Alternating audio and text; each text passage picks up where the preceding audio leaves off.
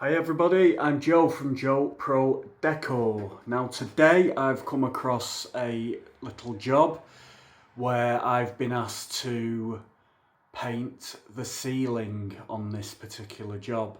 Now this particular customer has had a little issue. As you can see, there's new plaster on a section of the ceiling. Now this is why I wanted to do this video today, because I wanted to explain a very important part of painting and decorating, and that's preparation of painting a newly plastered or skimmed surface. Now, I've seen many videos on this particular situation, mainly on other forums, DIY forums and etc. But today I want to show you the professional way and the correct way of having to tackle bare plaster. So today's just a perfect opportunity for me to do this. Now it doesn't matter if there's a small section like this or whether it's the full wall or the full room. The principle is exactly the same. So what I'm going to show you is the products that we're going to need today. So I've already got my, I'm using a 15-inch roller today. It's a medium pile Hamilton Perfection. That's just my go-to sleeve, to be honest with you. It's on an adjustable Purdy roller arm, so I can put different size sleeves on this particular arm. I need an extension pole, as you can see. You need a tray for your paint. You can use a scuttle if you like. This particular one is an in-between, and they're very, very good. So it's like a tray, but it holds a lot more paint than a standard tray. The paint we're using, so I'll explain this now. For doing bare plaster, it's a very porous surface, bare plaster. And what you need to do, I can't state this clearly enough.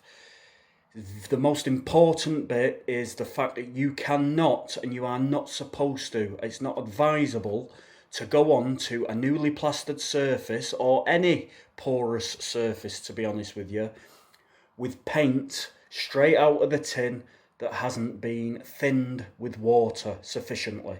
So I would recommend at least 20% thinning of the material. Even with so-called super latex paints and stuff like that that say that they are specifically for bare plaster, that does not mean that you can go on straight without it being thinned. If you read the data sheet or the back of the tin, the small print, it will say that you do have to thin 9 or 10 parts to 1 part water, or thin it by 10%, 9 or 10% minimum. So I would always recommend for this product a 20% minimum thin. So obviously you open this tin, I'll show you now. This wasn't actually a full tin, it's actually been used on another job, so the tin wasn't full. So obviously, as you can see, I did have space to thin it and add water. So this has had a 20% thinning with just normal water out of the tap. And then it's thin enough. So that is exactly as it needs to be now. I'll actually get my stirrer in there for you, just to show you the consistency. As you can see, it's very thin. Although, you know, I'm saying it's very thin, you could even thin that another 10%, it would still be okay. You can go up to 30-40%, but I'd say a minimum of 20%, which is what I've done here. Now, some people, while I'm on the subject, some people might say, oh, I got told you can use PVA. Well, in theory, you can use PVA, because PVA does seal the bare plaster ready for putting paint over. But if you're doing a ceiling, a colour, most of the time it's white or pure brilliant white. What's the point in putting something that's going to dry clear on a surface that's going to be going white? So this product, the contract mat, is like vinyl mat but without the vinyl. So vinyl in paint, which is, for anybody that's not sure, is a standard emulsion that you'll use on walls and ceilings maybe. But the vinyl in the paint does give it that little bit of protection. For example, a soft sheen has more vinyl in it, which gives it that durability to be able to wipe it clean. Vinyl matte has less vinyl. Contract matte has zero vinyl. Vinyl is a plastic polymer that gives it that little bit of protection. So on a ceiling that doesn't get touched, doesn't get marked, doesn't necessarily have to have vinyl.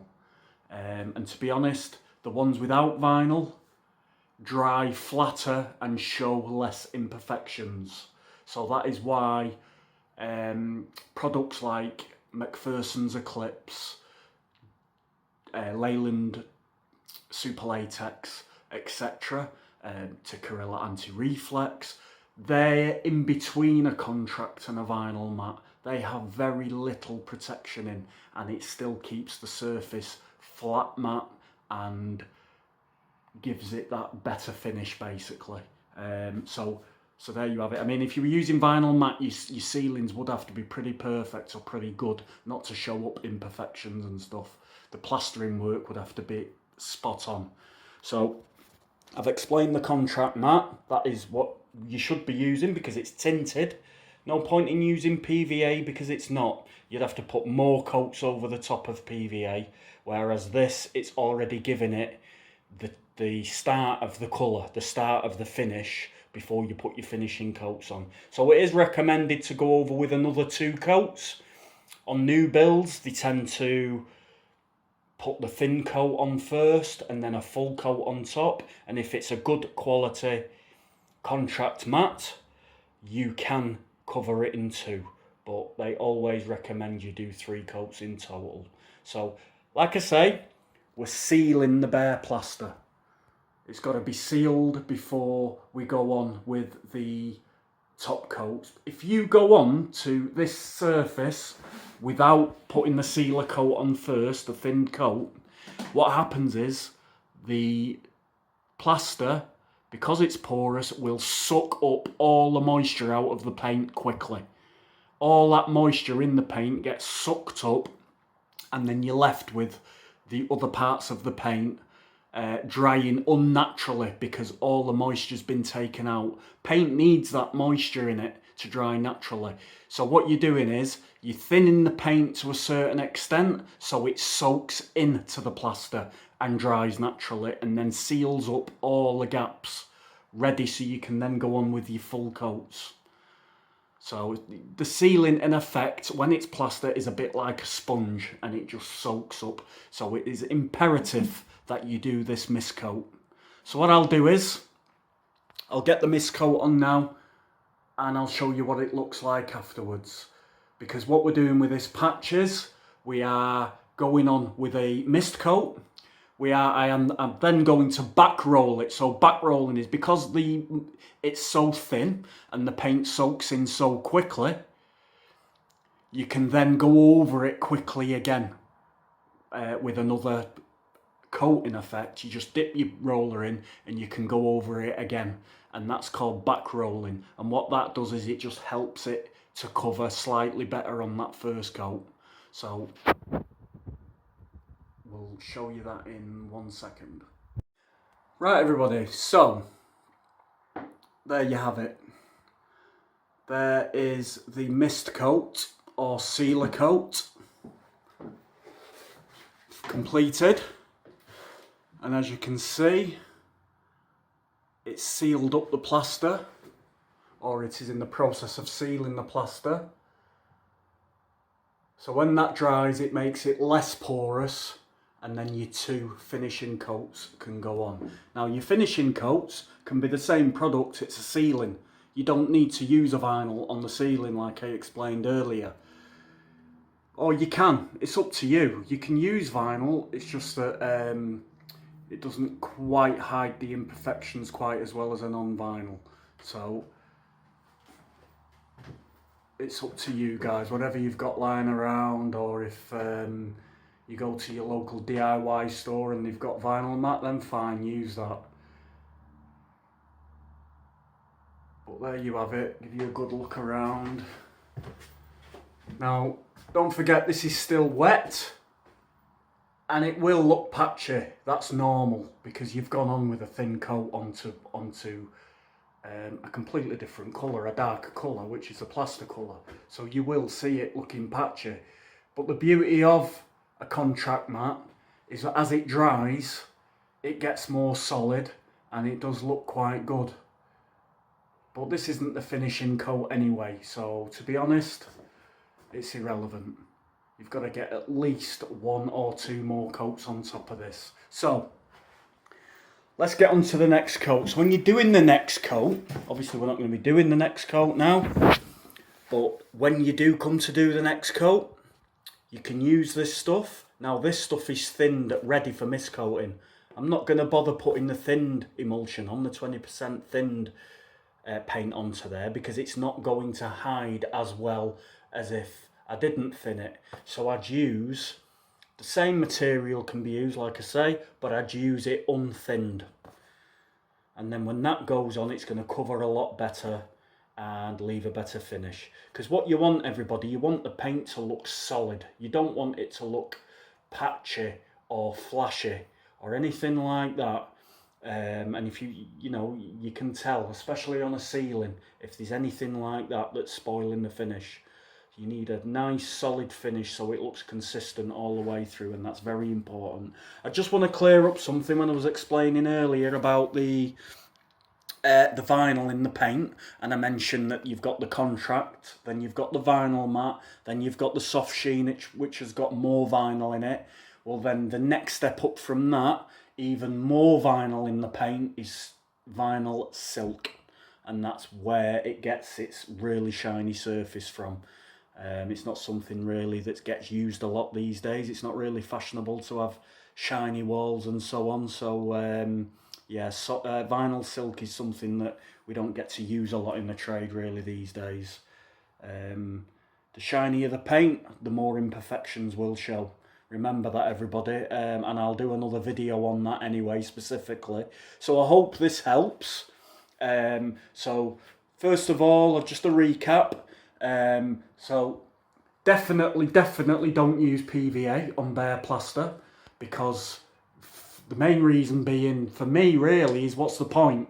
You might as well get a start on it and use a tinted paint.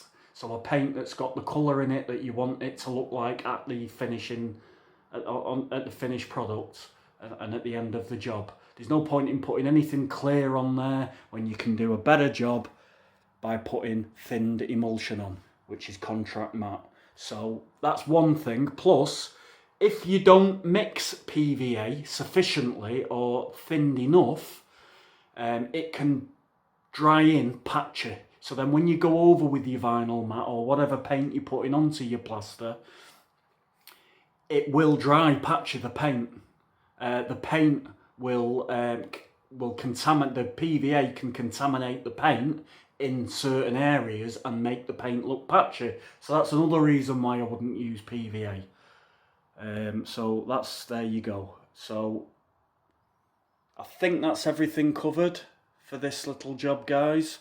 I will be putting another 2 coats on the ceiling, and I will be using contract matte, but not the thin stuff.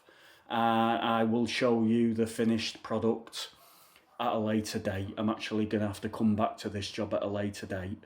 So take care, everybody. Please subscribe to my channel. Please like the videos. The more likes, the further up the queue the video gets. So I'd really appreciate that. I'm going to be doing lots more videos. Please take a look at my scratch testing videos on certain products. They're really interesting. And until I see you next time, guys, take care of yourselves. See you later.